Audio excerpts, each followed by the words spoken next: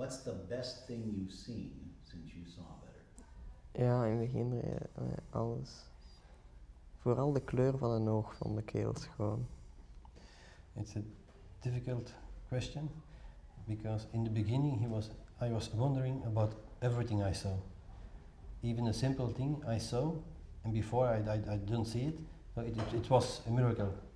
But the most beautiful thing and wonderful thing is the color of eyes.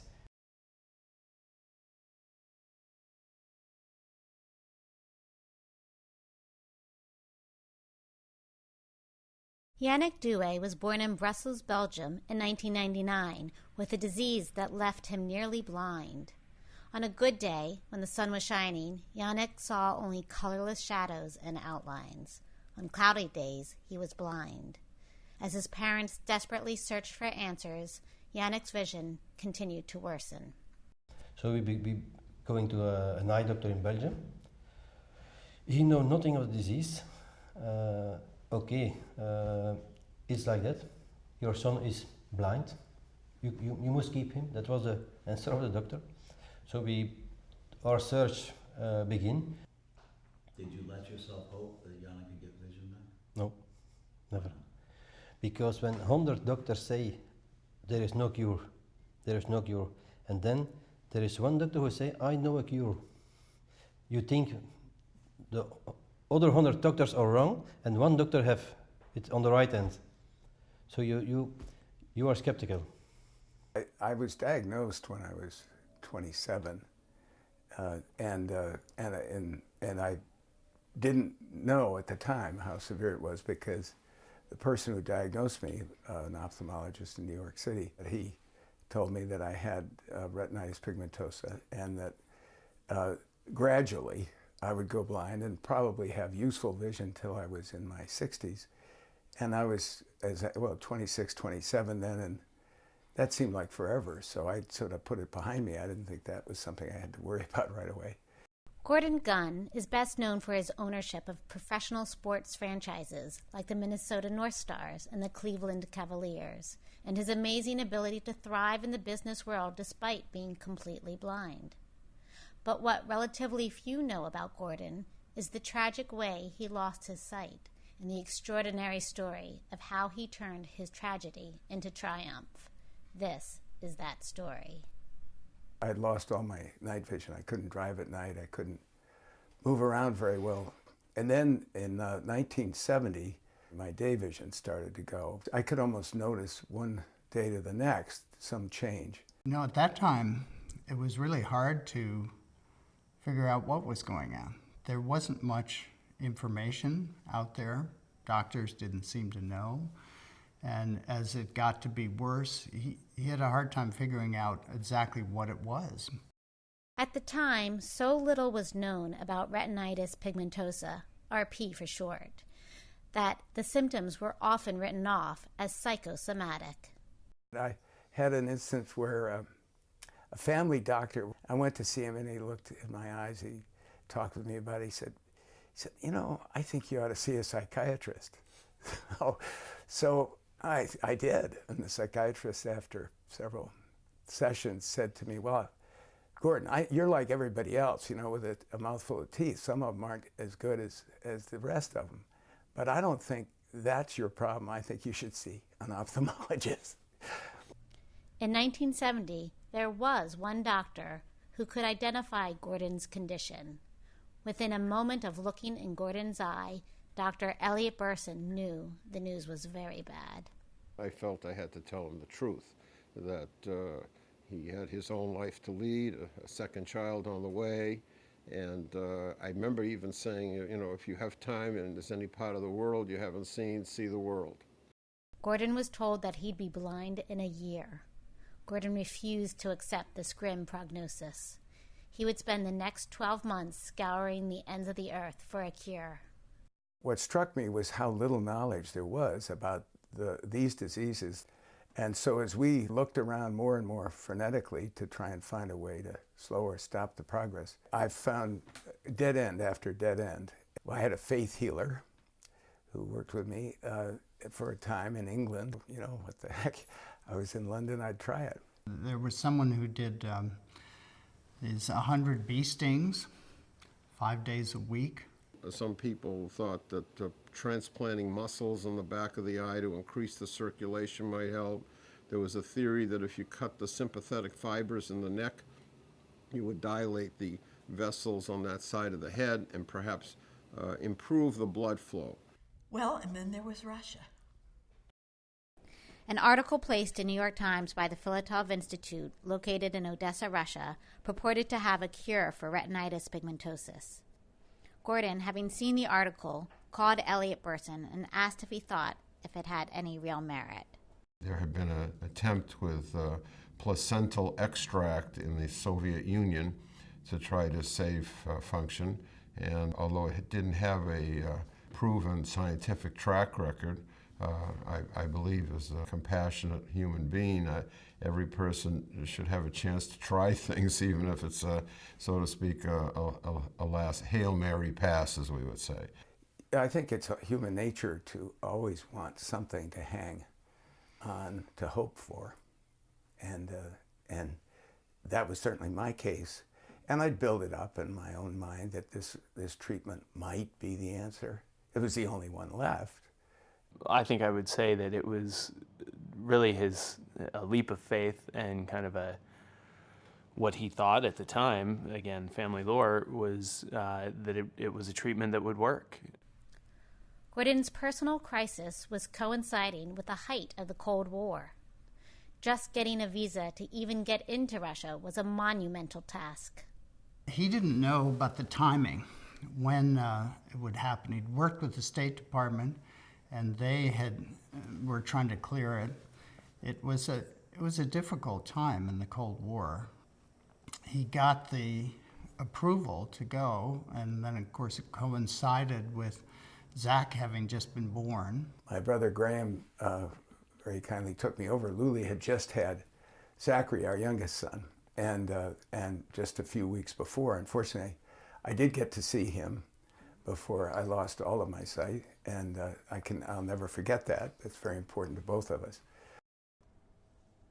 The plan was to go to the Filatov Institute for a 4-day regimen of injections, but when he arrived, he found out that the stay would be much longer. Gordon had said he would call me right away when he got there. And then I went 4 days and thinking he'd be home even by then without hearing. When Gordon was told the treatments would take much longer than expected, he asked if he could call his wife to let her know. He was told that all the phones in the United States were down. And so I think the panic, I really got scared that something awful had happened. The intended 4-day stay at the Filatov Institute in Odessa evolved into a harrowing yet transformative 6-week journey. That was a very important time in my beginning to learn to deal with blindness. I couldn't even find my way to the bathroom, just to give you an idea of, and the place was in pretty bad shape. I mean, the walls had crumbling paint. It had bare light bulbs hanging down from the ceiling. It hadn't had a lot of attention. He was in a room where there were, it was like our single room in the hospital. I think there were 8 beds. They were all just jammed in. There was urine all over the floor. It was kind of grim. So I had 12, 15 injections a day, and I had them in my temples. They were in my buttocks and my shoulders and shoulder blades. There was a particular woman that gave them what they were called injeccies, the shots, and we had just started bombing Hanoi, and so she would say Yexi and say Vietnam and hit him with the needle. I think I was just amazed. We were at the mercy of whatever they did. I think after, it was a 6-week time he was in Russia, and I think he just sort of said by 3 weeks in with these shots to the temple and everything, and he's like, what am I doing here? And so I went over to join him and help him come home. It was frightening. I think the fact not just that he'd lost weight, but his color was pale. I just thought, oh goodness, this isn't a good place to be. No, we got to get home. When Lily came over and I had left, he went into a coma. She was very afraid he'd be given something which would make things worse. So he finally came out of the coma, and then they decided maybe it was, they'd done everything they could. I think he had hope when he went to Russia, but he lost hope. I think he literally lost it that month in Russia? Yeah. I'm sorry. After all failed attempts to find a cure, Gordon is left to figure out how, where, and if he fits in. The kind of stereotypical view that blindness meant you had no other value to offer, that you were done. That if you were blind, you really shouldn't go out on your own. You shouldn't try and do anything. You couldn't. People went to a hospital, were told they had the problem, there was no hope, and they should just go home. And so many people with RP were naturally feeling very lonely and wondering if anybody was interested in their problem.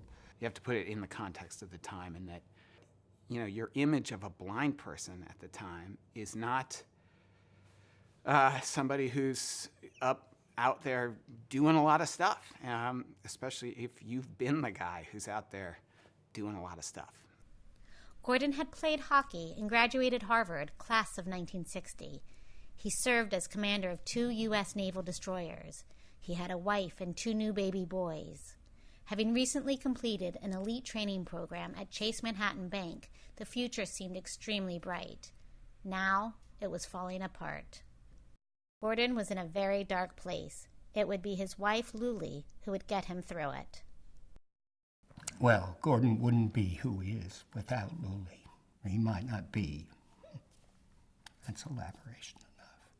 Thank you. At the very beginning, I kept wanting to say, you know, oh, it's going to be okay. It'll be fine. The relationship with my mother had a lot to do with keeping him afloat during that time. And then I remember one evening saying to him, you know, I thought hard about it. And it would really annoy me to have somebody sitting with me every evening say, oh, it's going to be okay. My mom's telling him that things would be all right, I think is, for a long time, is probably part of human nature, right? So if you love someone, you want them to know that it's going to be all right. But I also think, you know, you hear this about addiction and things like that, where people have to first recognize that they have a disease before they can move ahead. So if she was constantly telling him he'd be okay, I don't think they were able to really get past it. And so when part of the whole process was saying, you know, yeah, it's a crappy deal. Well, there was a point where Luli went to Gordon, and Luli said to Gordon, you know, you can decide whether you're going to live with blindness or not. And if you wanted to go out and shoot yourself, you could do that. But if you decide you're going to live with blindness, you live with it. And I will support you 100%. And I remember saying to him, I think it's a really, really bad deal. Not even that delicate a word, but, you know, if it's more than you can stand, I understand that. But if you can stand it and want to move ahead, let's go for it. And then just let's believe it's going to work. It changed his view on what he could be in life. And I think that was, so if Russia is the bottom, this is the start of the rise. A doctor in Richmond, Virginia, suggested Gordon meet one of his patients, James Wheat. Wheat had also lost his sight at the age of 25 from the same rare eye condition. And yet, he managed to turn his father's boutique brokerage into one of the nation's major investment firms, Wheat First Securities. I know the fellow, Jim Wheat, that Gordon and I met, for me, he was the most dramatic, example of hope. I mean, not just hope, but he never did get his sight back, but didn't stop him. He was hugely successful. He enjoyed the things in his office and the view, even though he couldn't see it, but he could describe it to you in detail. My dad is similar. He has paintings and pictures up in his office, and I think he learned that from seeing Jim Wheat and seeing, okay, I don't need to sort of pull the shades and put my sunglasses on and sit there in a dark room for the rest of my life.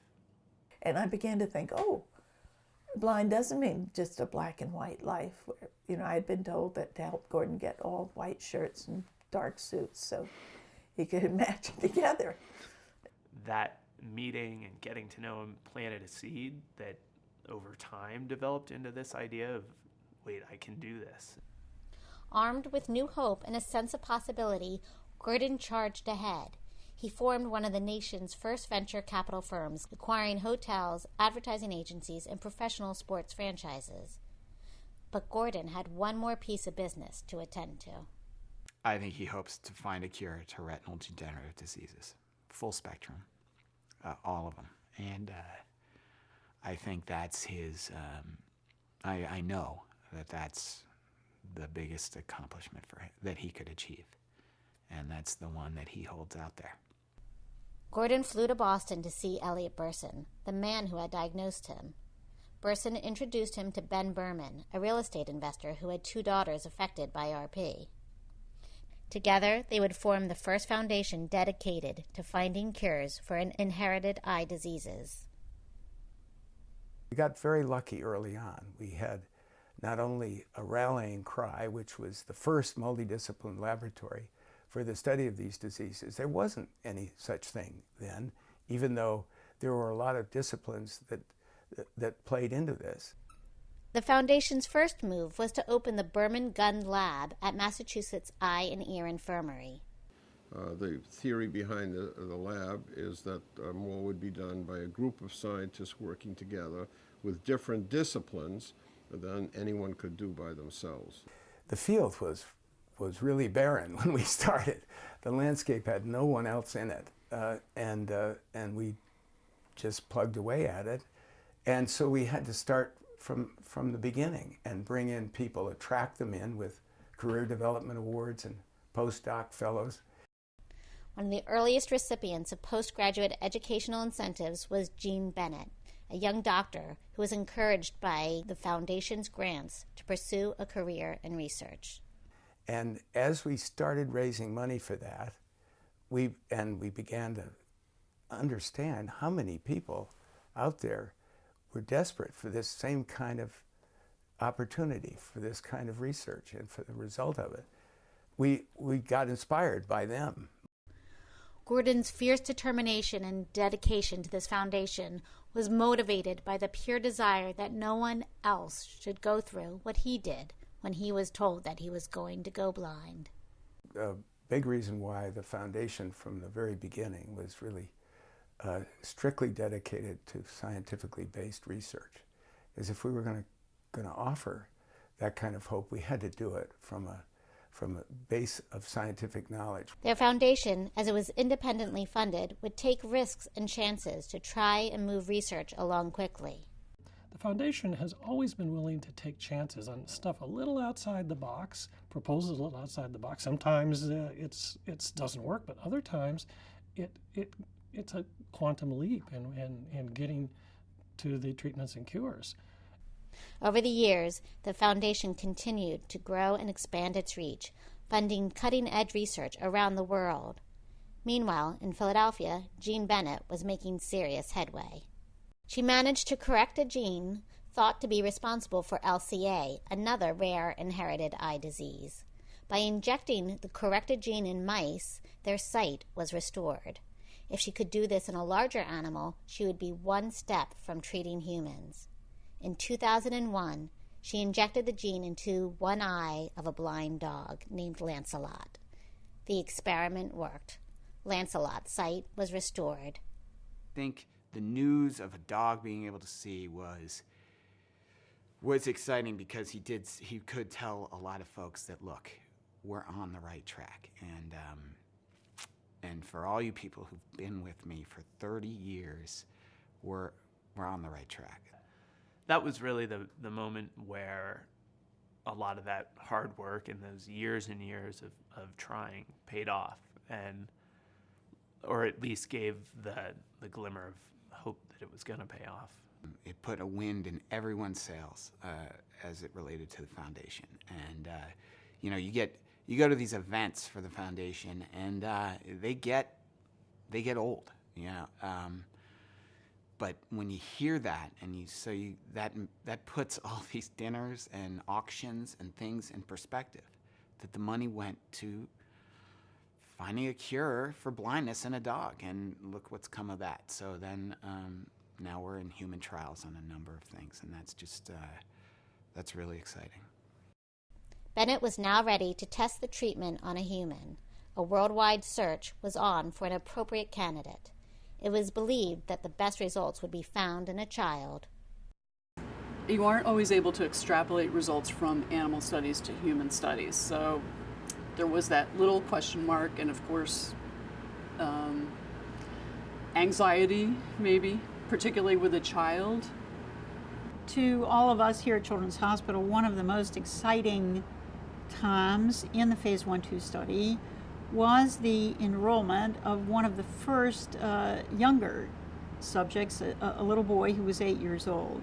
You were the first child in the history, I guess, of the world to have sight restored. You're going to be special forever and ever because of that. Have you thought about that? Gewoon het feit dat ik later toch blind ging worden. Dus of ik in het slechtste geval, of ik dan blind werd, of nog 10 jaar wachten, kwam het toch op hetzelfde neer uiteindelijk. So I know that when we do nothing, I became blind. After 10 years, 15 years, I became blind. So the surgery has an opportunity that I never became a blind boy. So I take the risk. It was a great story. It worked. It feels almost biblical. And even when you're witnessing it, it's just, for me, a little hard to completely take in. You're crying. It's just crying. Honestly, my wife and me, we are at the airport in Philadelphia, and you can imagine that my son, 9 years, at the lap of my wife, he taking her head. Oh, I can see the color of your eyes, they are blue. And my wife and me crying in an airport of Philadelphia, yes. I think it was gate A.